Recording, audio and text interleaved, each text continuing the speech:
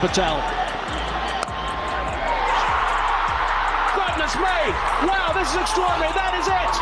It is sensational stuff here at the Wanderers. वो तारीख थी 2 अक्टूबर की, साल था 2012। जागतिक कोलंबो का मैदान और टूर्नामेंट का नाम था आईसीसी टी20 वर्ल्ड कप। इस टूर्नामेंट के फाइनल में दुनिया की एक ऐसी महाप्रलयकारी महाविध्वंसकारी टीम जिसके गेंदबाज और बल्लेबाज अगर मैदान पर उतरते तो ऐसा लगता था कि मानो 11 शूटर लोग खड़े हो। South Africa. उस समय यह साउथ अफ्रीका नाम ही दुनिया की तमाम टीमों को सदमे में पहुंचाने के लिए काफी था और इस टीम के सामने थी भारत। दोनों टीमों के बीच यह फाइनल मैच खेला जा रहा था। आखिरी के ओवरों में यह मैच इस कदर पहुंच गया कि भाई साउथ अफ्रीका को जीतने के लिए 47 बॉलों में 3 रन की जरूरत थी। लेकिन उसके बाद मैदान पर एक ऐसा चमत्कार हुआ जिसको देखकर पूरी दुनिया ने अपना सिर झुका लिया। सारे दर्शकों ने उस चमत्कार को नमस्कार किया। क्रिकेट के इतिहास में एक ऐसा उलटफेर हुआ जिसके गुणगान आज भी किए जाते हैं। ये कहानी है मेरे दोस्त 2012 टी20 वर्ल्ड कप के फाइनल मैच की, जब साउथ अफ्रीका और भारत आमने सामने थी।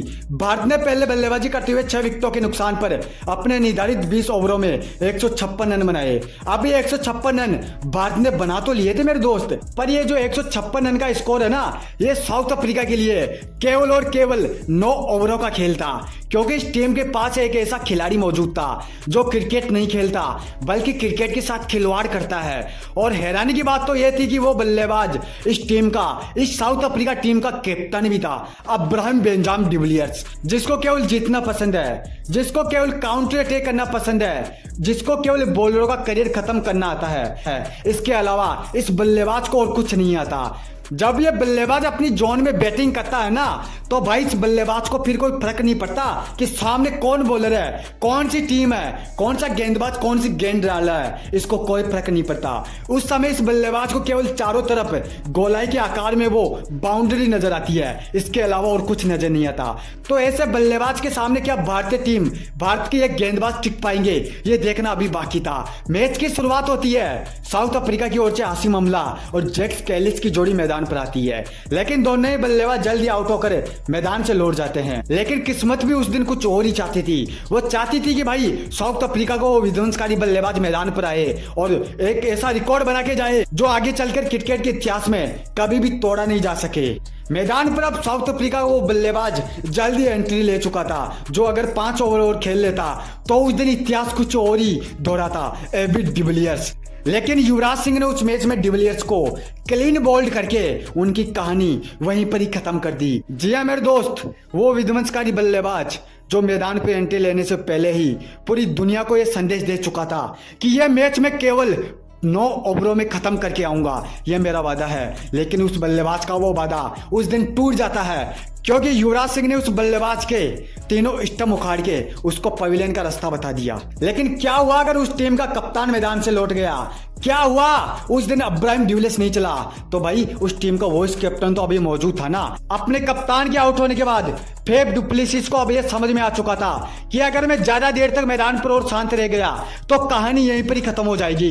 तो उन्होंने आओ देखा ना ताओ भारतीय गेंदबाजों पर इस प्रकार से काउंटर अटैक किया कि भाई उन गेंदबाजों की होशियारी 1 मिनट में गायब हो गई, उनको अपनी हैसियत 1 मिनट में पता चल गई। वो तो किस्मत अच्छी थी कि भाई डिविलियर्स मैदान से लौट गया, वरना आज तुम्हारा करियर ही खत्म हो जाता। डुप्लेसिस का आतंक अभी भी जारी था और एक वक्त ऐसा आ गया जब साउथ अफ्रीका इस मैच पर मजबूती से पकड़ बना लेती है। वर्ल्ड कप की ट्रॉफी भारत के हाथों से निकल चुकी थी। निकलने का मतलब मेरे दोस्त कि भारत इस मैच को 100% हार गई थी। फेफ डुप्लेसिस ने मैच में इस कदर विध्वंस मचा दिया था कि भाई अफ्रीका को जीतने के लिए अब 47 गेंदों में मात्र 3 रन की जरूरत थी। तो कोई मूर्ख आदमी होगा जो साउथ अफ्रीका की हार की कल्पना करेगा। लेकिन शायद साउथ अफ्रीका यह भूल चुकी थी कि जब तक मैदान पर होनी को अनहोनी कर देने वाला और अनहोनी को होनी कर देने वाला बल्लेबाज महेंद्र सिंह मौजूद है, जब तक ये 3 रन भी तुम्हारे लिए कोई मामूली खेल नहीं। धोनी ने अपना दिमाग लगाया और एक बहुत बड़ा दाव खेला। इस मैच में सबसे ज्यादा रन देने वाले गेंदबाज लक्ष्मीपति बालाजी, जो इस मैच के अकेले गुनहगार थे, क्योंकि उन्होंने इस मैच में अकेले इतने रन दे दिए थे कि तुम सोच भी नहीं सकते। अपने एक ही ओवर में लक्ष्मीपति बालाजी ने पूरे 25 रन लुटा दिए, लेकिन महेंद्र सिंह धोनी ने इसी गेंदबाज को आजमाया और गेंद सीधे उनके हाथों में थमा दी। धोनी के इस फैसले को लेकर पूरे हिंदुस्तान ने उस दिन ये सोच लिया कि भारत वैसे ही मैच हार चुका है, अब चाहे वो किसी को भी गेंदबाजी दे क्या फर्क पड़ता है। पर यही सोच उनकी सबसे बड़ी गलतफहमी थी, क्योंकि मेरे दोस्त यहीं से शुरू हुआ था क्रिकेट जगत में सबसे पहला चमत्कार। जिस साउथ अफ्रीका को जीतने के लिए 47 गेंदों में 3 रन की जरूरत थी, भाई साउथ अफ्रीका इन 3 रन को बनाने में अपने सारे विकेट गंवा देती है। एक ही ओवर में लक्ष्मीपति बालाजी ने वो करके दिखाया जो शायद ही आज कोई दूसरा गेंदबाज कर सकता है। लक्ष्मीपति बालाजी ने उस दिन अपने एक ही ओवर में 3 बल्लेबाजों का शिकार करके क्रिकेट जगत में सनसनी मचा दी। 47 गेंदों में 3 रन चाहिए थे, मात्र 3 रन मेरे दोस्त, फिर भी यह टीम मैच हार जाती है। धोनी के विश्वास और बालाजी की तूफानी गेंद की रफ्तार ने इस मैच का पासा ही पलट कर रख दिया और भारतीय टीम यह मुकाबला 1 रन से जीतकर 2012 की T20 विश्व कप पर कब्जा कर लेती है। यह कहानी थी मेरे दोस्त क्रिकेट जगत में सबसे पहले चमत्कार।